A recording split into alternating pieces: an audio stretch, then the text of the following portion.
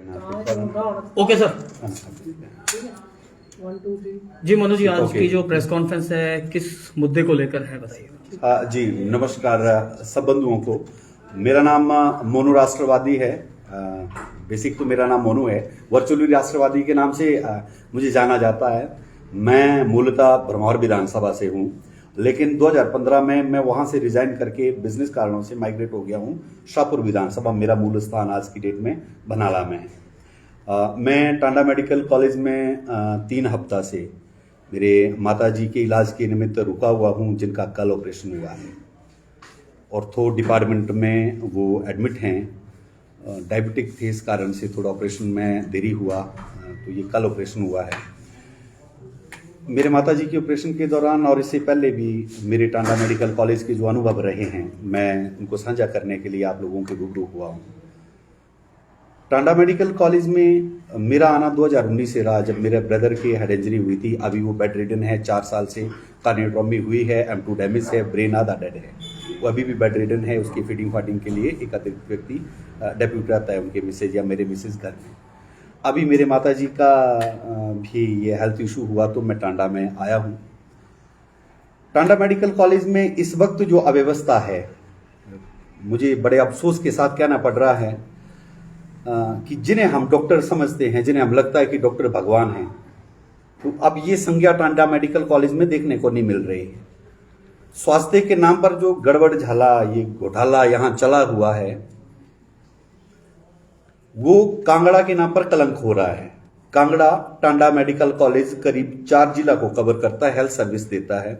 Lower Himachal का हम कहें, मेरे ख्याल से चंबा, कांगड़ा, हमीरपुर आ जाता है। कल सरका घाट के भी तो मंडी का एरिया भी आ जाता है। ऊना वाले सिर्फ उधर वो लेते हैं, कुल्लू के लोग भी यहाँ सर्विस लेते हैं।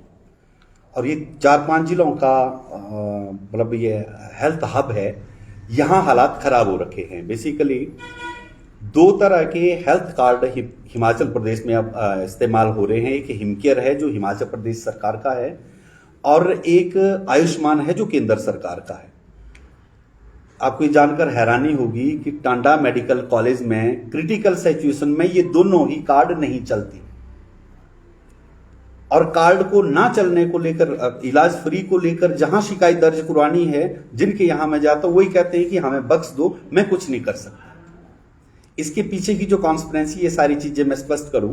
मेरे माताजी का ऑपरेशन होना था वीरवार को। इस वीरवार को मुझे 2 हफ्ता पहले इन्होंने बता दिया गया। कुछ वाइटल्स क्लियर नहीं थे, कुछ डिपार्टमेंट ने क्लियर नहीं किया था। फिर पिछले हफ्ते एनेस्थीसिया ने क्लियर कर दिया, एंडोक्राइन वालों ने भी हाई रिस्क में क्लियरेंस दे दी, और उसके बाद जो कार्डियोकूडी मतलब जो फॉर्मेलिटीज रहते हैं उनको क्लियरेंस मिल गई। हम वीरवार के लिए ऑपरेशन के लिए तैयार थे।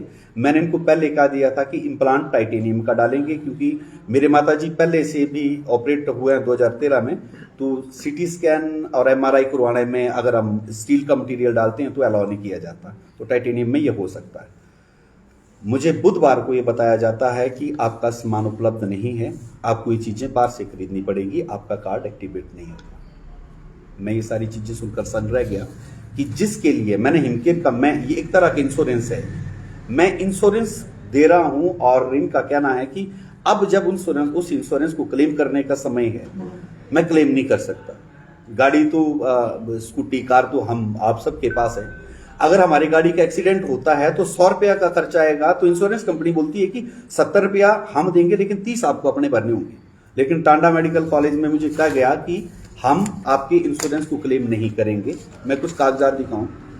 जब मैंने ये बात रखी, स्टाफ के माध्यम से ये बात गई MS के पास कि ये मैं कॉपी आपको दे दूंगा। MS के पास ये कॉपी जाती है। यहां ये कहा जाता है कि मेरी ओर से कि मैं हिमकेयर कार्ड एक्टिवेट करवाना चाहता हूं, मुझे ये सर्विस हिमकेयर कार्ड में चाहिए। और MS की ओर से जब मैंने लिखित जवाब मांगा, तो उन्होंने ये साइड में एक नोट लगा दिया कि हिमकेयर कार्ड में ये सामान हमारे पास उपलब्ध नहीं है और ये आपको बाहर से खरीदना होगा। सिग्नेचर कर रहे हैं वो खुद अपने। उसके बाद जो इनके साथ जिस तरह से ट्रीट किया जाना था, मैंने इनको झांसा दिया, लालच दिया, या मैंने मैनिपुलेट किया। मैंने कहा कि जो आपके पास सामान उपलब्ध नहीं है, मेरे रिलेशंस हैं, मैं ये सामान वहां से कलेक्ट करवा लूंगा, आप मेरा कार्ड एक्टिवेट कर दीजिए। तो मैं उस कार्ड को एक्टिवेट करवाता हूं 4:30 बजे। ये एमएस के पास फिर से कॉपी जाती है, ये डिपार्टमेंट से कॉल जाती है और 4:30 बजे के बाद ये हेल्थ कार्ड मेरे माताजी सुलोचना देवी के नाम का ये एक्टिवेट हो गया जी। इसमें बजट यहां मेंशन है 42,400 रुपया 24,200 ये खर्चा बताया जाता है। कल मेरे माताजी का ऑपरेशन हो गया और ये कार्ड खाली का खाली है मेरे पास अभी भी पड़ा। मैंने सारा सामान खरीदा, मुझे इंसिस्ट किया गया है, ये क्राइम है डिपार्टमेंट वालों की ओर से मुझसे ये लिखवाया जाता है कि हम ये सामान उपलब्ध नहीं करवा सकते, इसलिए ये इलाज मैं अपने खर्चे पर करवा रहा हूं, ऐसा लिख कर दो। ये मेरे लिए नहीं, ये सबके लिए फॉर्मेट बना हुआ है। अब ऑर्थो के कोई और आपके जानने वाले होंगे या कोई हमारे जैसे और जूझ भी रहे होंगे, वो बकायदा ये फॉर्मेट बना के दे रहे हैं और सिग्नेचर करके उनको लगता है कि हम सेफ हो रहे हैं, सिक्योर हो रहे हैं। मतलब ये कि मैं किसी की हत्या कर रहा हूं और अंतिम समय में मैं उससे लिखवा के ले रहा हूं कि मैं हत्या कर रहा हूं। लिखने वाले ने कहा कि इन्होंने मेरी हत्या नहीं की है, मैंने खुद अपनी हत्या करवानी चाहिए और मुझ पर केस नहीं लगेगा। ये कैसे संभव है? टांडा मेडिकल कॉलेज मुझसे लिखवा के ले रहा है कि मैं मेरी मर्जी से ये कर रहा हूं, मरता क्या ना करता। उन्होंने कहा यहां साइन नहीं करेंगे तो आपका ऑपरेशन नहीं होगा। जब तक ये सिग्नेचर करवाने थे तब तक ये मैं कार्ड एक्टिवेट कर चुका था। अब इस कार्ड पर मुझे 1 रुपया भी नहीं मिला है। इस कार्ड को डीएक्टिवेट कैसे करेंगे ये विभाग का विषय है। यहां जो खेल हो रहा है हेल्थ डिपार्टमेंट में, जो मैंने R&D किया, जो मैंने रैकी किया, टांडा मेडिकल कॉलेज को 37 करोड़ रुपया प्राइवेट एजेंसी का देने को है, जिसमें अमृत का 17 करोड़ रुपया के करीब मेरे सोर्सेज से जानकारी मिली है, 10 करोड़ के आसपास सिविल सप्लाई वालों का। अब इन्होंने तीसरी पार्टी पकड़ी हुई है, मैं नहीं जानता। अब ये बात कही जाती है कि जो इंश्योरेंस है वो सरकार देगी या इंश्योरेंस कंपनी, जैसे आयुष्मान को इंश्योरेंस एजेंसी लेके बैठी है, हिमकेयर को इंश्योरेंस एजेंसी लेके बैठी है, आयुष्मान फ्री में दे रहे हैं। मसलन हमें 2 रुपए किलो चावल गरीब को मिल रहे हैं, सरकार उसको 200 रुपए 20 रुपए में खरीद रही है, 25 में खरीद रही है। सेम वैसा ही है, हम 1100 रुपए में हेल्थ इंश्योरेंस ले रहे हैं तो सरकार उनको हमें सब्सिडी दे रही है, खर्चा उन पे जा रहा है, तो कौन पे कर रहा है मैं नहीं जानता। लेकिन ये हर बार बात तो दी जाती है कि सरकार कर रही है, इंश्योरेंस कंपनी। मैंने इंश्योरेंस कंपनी, यहाँ इसके सीईओ कहते हैं वीरेंद्र जी हैं कोई, मेरे पास उनका नंबर, मेरे रिकॉर्डेड वर्जन है उनके। मैं जानता हूं कि किसी की बात को रिकॉर्ड करना क्राइम है, लेकिन मेरे एविडेंस के लिए मैं उसको शेयर करता हूं, उस जानकारी को उसको वायरल करता हूं, तब वो क्राइम है। मेरे पास प्रमाण है इस बात का कि उन्होंने भी इस बात को स्वीकार किया है कि हमें देनदारी है। वो कहते हैं कि टांडा मेडिकल कॉलेज इसके लिए जिम्मेदार है, वो इंश्योरेंस एजेंसी है। मैं जिनकी सीईओ की बात कर रहा हूं, आयुष्मान और हिमकेयर वालों की, तो ये एक दूसरे पर लांछन दिए जा रहे हैं। मेरा सब तीमारदारों की ओर से जितने भी हैं, ये इलाज जो मेरे माताजी का मैं यहां करवा रहा हूं, जिसके लिए मैंने 80-85 हजार रुपया खर्च दिया है, वो इलाज अगर मुझे 40s में करवाना है तो ये फ्री में होगा, मैक्स में करवाना है फ्री में होगा। आप जानते हैं वहां हिमकेयर कार्ड एग्जेम्प्टेड हैं, वहां लिए जा रहे हैं, वहां हेल्थ कार्ड लिए जा रहे हैं। अब सरकारी अस्पताल जहां हमें उम्मीद होती है कि हमें अच्छा इलाज मिलेगा, बेहतर इलाज मिलेगा और मुफ्त इलाज मिलेगा, वहां मैं 85 हजार के बिल बनवा के आया। जब एमएस ऑफिस में मैं जाता हूं तो एमएस साहब कहते हैं भाई मुझे बख्श दो, मैं सरकार के विरुद्ध नहीं कह सकता, मैं एजेंसी के विरुद्ध नहीं कह, आप चले जाओ। मेरे ये शब्द, मैं जानता हूं कि मुझ पर मानहानि का दावा भी किया जा सकता है शायद एमएस की ओर से। एमएस साहब का वहां उस चेयर पर बैठना, पंसारी की दुकान पर वो गल्ले पर लाला बैठा होता है ना, उस तरह का, वो मुझे डॉक्टर वाली फीलिंग में लगे ही नहीं। और 2-4 उन्होंने अपने साथ बिठाए, वो सर एमएस साहब आप बहुत बढ़िया, आप ये बढ़िया, हवा में फैलाए हुए हैं, शून्य नीलवटा सन्नाटा मैनेजमेंट है। एमएस साहब अगर बेहतर होते या वो चाहते तो टांडा मेडिकल कॉलेज बेहतर हो सकता था। 3-4 आपके सामने मैं चीजें बताता हूं। नई बिल्डिंग बनी है, वहां जो लिफ्ट लगी है हमें लगता है कि वो सरकार की है, ये टेंडर्ड होती है। ये जॉनसन वालों की लिफ्ट, आप वहां जाकर पढ़ लीजिएगा। 5 लिफ्टें लगी हैं, 2 लिफ्ट काम करती हैं। हर डिपार्टमेंट में हर एक लिफ्ट के साथ एक ऑपरेटर, एक फोरमैन, एक गार्ड और एक इलेक्ट्रीशियन होता है। करीब 12 लोगों की यहाँ पोस्टिंग है। एक भी व्यक्ति अगर लिफ्ट में आपको मिल जाता है मुझे बताएं। पुरानी वाली बिल्डिंग में स्टाफ वाली एक लिफ्ट चलती है, दूसरी वाली लिफ्ट 6 महीने तक इसलिए बंद रही है, पिछले 1 हफ्ते 2 हफ्ते पहले इन्होंने शुरू की। ये मैनेजमेंट इसी ऑफिस की। इससे पहले भी 6 महीना पहले जब इस तरह की स्थिति आएगी, स्ट्रेचर उठा लिए जाते थे, फ्री में ले लिए जाते थे और उसके बदले में सिक्योरिटी 100 रुपये रखी जाती। तब भी मैंने एमएस साहब को कहा बोले फ्री में लेने दो, लोगों को असुविधा हुई। आज उन्होंने चेंज किया। टांडा मेडिकल कॉलेज में चोरी होती है, सिक्योरिटी वाले लोग लोकल हैं, बार बॉयज लोकल हैं, चोर भी लोकल है, और वो चोर वही है जो चिटेरिए हैं। साफ सी बात है, सब मिले हुए हैं। मैं आरोप तो नहीं लगाता, लेकिन मुझे पूरा संदेह है कि इस पूरे मामले में कहीं ना कहीं उन लोगों को जानकारी है कि चोर कौन है। मेरे कजन है जो मेरे साथ हैं, वो अपने 12,000 का मोबाइल गुम कर चुके हैं। मेरा पिछले साल मेरे ब्रदर के ईएनटी डिपार्टमेंट में मेरे बैग सहित, जिसमें मेरे कुछ डॉक्यूमेंट, मेरे दवाइयां, मेरे पैन, आधार, ये सारे डॉक्यूमेंट के साथ 10,000 रुपया कैश के साथ चोरी हो चुकी है। सीसीटीवी कैमरा इंस्टॉलेशन को मैं पिछले 2 साल से बोल रहा हूं, एमएस साहब उसको लगाने में अक्षम है। मतलब कुल मिलाकर ये कहा जाए तो ये सारे के सारे मैनेजमेंट का फॉल्ट वर्तमान में जो मैं देख रहा हूं एमएस साहब की ओर से, और एमएस साहब की ओर से सिर्फ इसलिए क्योंकि जो मैनेजर होता है ना टीम का, हाउ टू मैनेज, वो तय करता है। इससे पहले भी टांडा में दिक्कतें रही हैं, सरकारी हॉस्पिटल में दिक्कतें होती हैं, सबको होती हैं, लेकिन जो इस वक्त अव्यवस्था है पर हालात खराब है। आज से 1 महीना पहले आप पत्रकार बंधु इस बात का गवाह होंगे, टांडा में 7 ऑपरेशन हुए थे, ओपन हार्ट सर्जरी हुई, बहुत बड़ा मेला उत्सव मनाया गया। आज एंजियोग्राफी करवा लो, टांडा मेडिकल कॉलेज में स्टंट नहीं डाल रहे आज की डेट में, कारण वो देनदारी है, वो इम्प्लांट का जो खेल है। ऑर्थो डिपार्टमेंट तो इम्प्लांट, मतलब इम्प्लांट का जहां वास्ता है वहां खेल है। ऑर्थो डिपार्टमेंट में जो एक आइटम जिसका रेट एमआरपी, जिस वस्तु पर आपने मेडिकल स्टोर में देखा होगा कि यहां दवाइयों पर 20 से 70% तक छूट दी जाती है। अपना कहना है जो चीज वस्तुतः 20 रुपए की है उसका 100 रुपया रेट लगाने का क्या मतलब, और अगर वो 100 रुपया रेट वाली चीज आपको 20 रुपए में मिल रही है, उसके बावजूद भी वो दुकानदार उस पर कमा रहा है, तो उसकी एक्चुअली कॉस्ट होगी क्या। मैं नहीं जानता कि एजेंसियां या मैन्युफैक्चर ऐसा क्यों करती हैं, लेकिन इतनी गारंटी है कि इस खेल में बड़े बिचौलिए, बड़े डॉक्टर, रसूखदार पॉलिटिशियन सब शामिल हैं। स्वास्थ्य के नाम पर खेल खेला जा रहा है। अंदर से मिलने वाली दवाइयों का मैं मेरे घर में प्रमाण हूं। मेरे माताजी डायबिटिक थे, हम दवाइयां अंदर से लेते रहे जो सप्लाई में आती है। माता के डायबिटिक और डिस्टर्ब होगी, मुझे अंदर के ही किसी बैठे डॉक्टर ने कहा भाई साहब बाहर से दवाइयां लो, और ये सच्चाई है, उनकी बात हमारे पल्ले पड़ी कि जहां कमीशन होता है वहां क्वालिटी गिरती है। सप्लाई ऐसे नहीं मिलती, ये हम सब जानते हैं, आप सब जानते हैं सप्लाई के लिए कौन कौन से खेल खेले जाते हैं। ये लाखों करोड़ों का रोज का खेल चला हुआ है इम्प्लांट का, ऑर्थो डिपार्टमेंट में। मैं प्रमाण हूं, मैं कह रहा हूं कि ये कार्ड एक्टिवेट करवाने के बावजूद मैं 85,000 रुपया दे चुका हूं, जबकि इस कार्ड पर ये साफ साफ लिखा हुआ है कोई भी दवाई बाहर से ना खरीदे। अगर बाहर से आपको कोई ऐसी दवाई को लेकर दिक्कत आती है तो एमएस ऑफिस कमरा नंबर 5 में संपर्क करें। और ये एमएस साहब ये लिख रहे हैं खुद, ये साइन करके दे रहे हैं। कहां गया हमारे एमएस साहब कि जी मैं नहीं है ही नहीं हमारे पास, उपलब्धि नहीं। ये एमएस कमरा नंबर 5 ये है।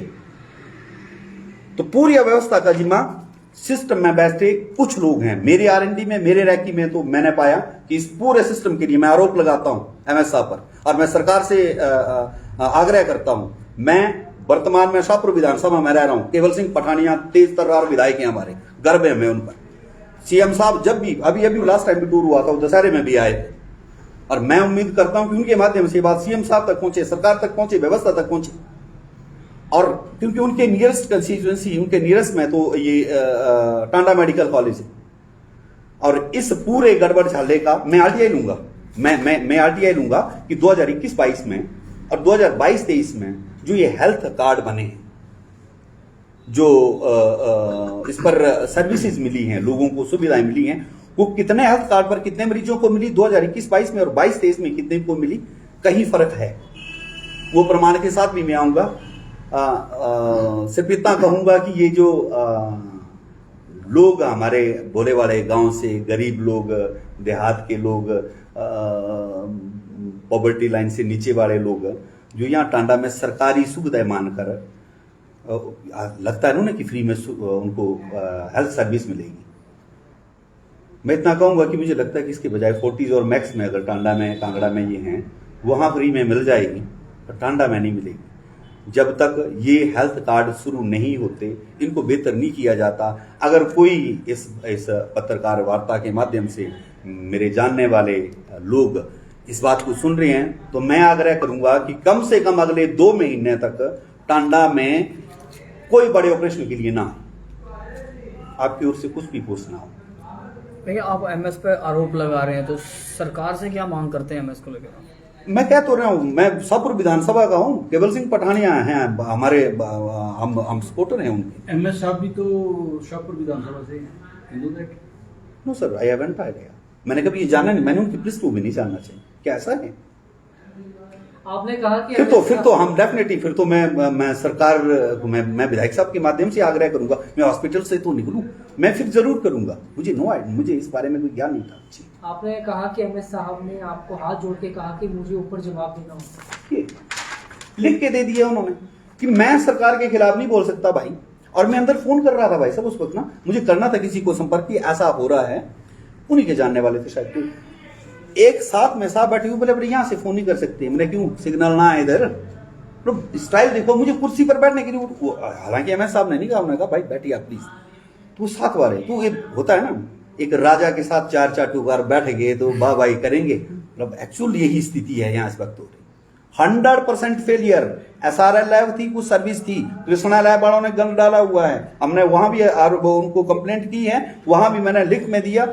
एक लाइन लगी हुई है ब्लड सैंपल के लिए और उसी लाइन में लगे हुए रिपोर्ट वाले। रिपोर्ट 20 सेकंड में निकल आती है, ब्लड सैंपल सबमिशन में 5 मिनट लगते हैं। 2.5 घंटे 3 घंटे में रिपोर्ट देते होंगे, अलग बात है। और वो एक ही लाइन में लगा हुआ है, एक ही लाइन में लगे हुए हैं।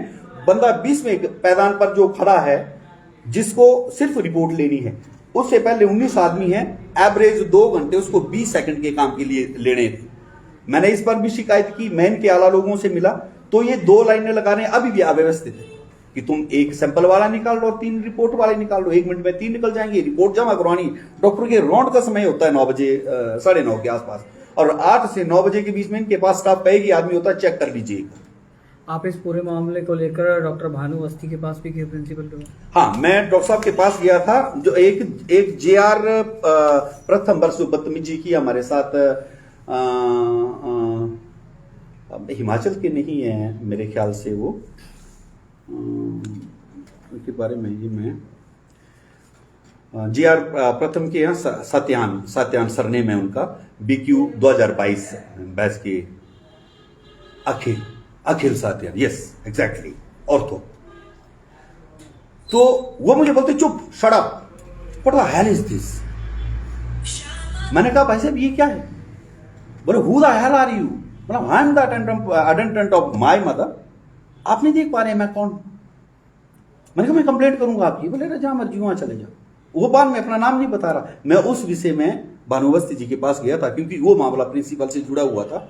इस मामले को लेकर के आप भानु अवस्थी के पास कि मेरा हिमकेयर कार्ड नहीं चला या वो? नहीं सर, मैं इस मामले में इसलिए नहीं गया क्योंकि जो वो मामला उसके स्टूडेंट के साथ जुड़ा था, तो मुझे लगा बीइंग प्रिंसिपल मुझे वहां बात करनी है। मतलब जितना मैं सिस्टम को समझता हूं, इस समस्या को लेकर एमएस के पास, क्योंकि वहां सब जगह लिखा है कि अगर आपका हेल्थ कार्ड नहीं चलता तो आप कमरा नंबर 5 में संपर्क करें। तो प्रिंसिपल के पास जाने का मुझे नहीं लगा, तो मैं नहीं गया उसके पास। हाँ, मैंने इस विषय में एक बार ये अपने उपनिदेशक भी बैठते हैं हेल्थ के, तो उनसे भी मिला था, पर वो नहीं थे उस वक्त, उपलब्ध नहीं थे।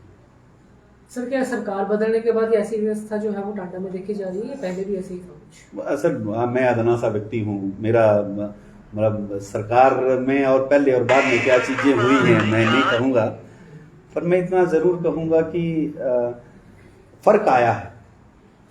मैं पिछले 2013 से हॉस्पिटल के चक्कर काट रहा हूँ। मेरे घर में 2 तो मरीज हैं जो बेड पे लेटे हुए हैं। फर्क तो आया है और बहुत फर्क आया है। मैं जाऊंगा, ये मामला ही नहीं सिर्फ प्रेस कॉन्फ्रेंस, मामला उठाया है, मैं गारंटी देता हूं बर्बाद हो जाऊंगा, नष्ट हो जाऊंगा, लेकिन इस मामले को छोड़ूंगा नहीं। हॉस्पिटल में जब मरीज के साथ कोई होता है तो कोई भी व्यक्ति नहीं बोलता है। मेरे माता जी एडमिट है, मुझे नहीं पता कि शाम को मुझे कौन सा किस तरह का टॉर्चर प्रशासन की ओर से हो सकता है, सिस्टम की ओर से हो सकता है। मैं तैयार हूं। किसी ना किसी को तो पंगा लेना पड़ेगा, किसी ना किसी को तो खुद की बलि चढ़ानी पड़ेगी। मैं तैयार। बिल्ली के गले में घंटी किसी को दबानी पड़ेगी। मुझे हालांकि किया ने बताया कि आप ऑपरेशन के बाद ये बातें उठाए। मैंने क्यों, फिर क्यों, जब सांप निकल गया फिर क्यों लाठी पीटेंगे, अभी पीटेंगे। इधर मैं अभी 18 नंबर कमरा बेड, मेरे माता जी का post operation, 2nd floor, orthopaedic female ward, admit है। कल उनका ऑपरेशन हुआ है, हाईली डायबिटिक है। Bed number 18। इन सारे मामलों को लेकर मैं आरटीआई, मैं पीआईएल फाइल करूंगा, डिपार्टमेंट के अगेंस्ट जाऊंगा, मैं एमसीआई जिसका आजकल बदलकर एनएमसी हो गया, नेशनल मेडिकल काउंसिल में, वहां तक जाऊंगा, छुटूंगा नहीं। क्योंकि मुझे कोई लेना देना नहीं है, ना मैं इनका वेंडर हूं, ना मुझे इनसे कोई व्यक्तिगत कुंठा है। बस मैं सिस्टम का सताया हुआ आदमी हूं। मेरे घर में 2-2, 3-3 मरीज हैं, परेशान हो रखे हैं हम। ऊपर से हम मरीज की वजह से परेशान नहीं होते, इन सिक्योरिटी वालों की, इन जेआर डॉक्टरों की वजह से, और ये सिस्टम है जो बगड़ भी लेवट है, इनकी वजह से परेशान होते हैं। और हमें परेशानी देगी तो परेशानी तो उनको भी होगी। मेरे गाड़ी में 10 रुपए का आईपीओ पड़ा रहता है, आज शाम को ही लगेगा, कल छुट्टी है, वरना मैं कल देता। पोस्ट ऑफिस भी उधर है, मंडे को डलेगा। ये जो चीज मैं ये कर रहा हूं, इस पूरे मामले को लेकर मैं सरकार को भी लिखूंगा, मैं स्टेट मेडिकल काउंसिल को भी लिखूंगा, प्रिंसिपल को तो यह लिखा फायदा नहीं। मैंने कंप्लेंट की थी दर्ज, तो वहां मैंने ग्रीवियंस डाली, उसको बदल कर उन्होंने डिमांड में कर दिया। मैं आखिर सातियान के विषय में कह रहा हूं कि मेरे साथ दुर्व्यवहार हुआ।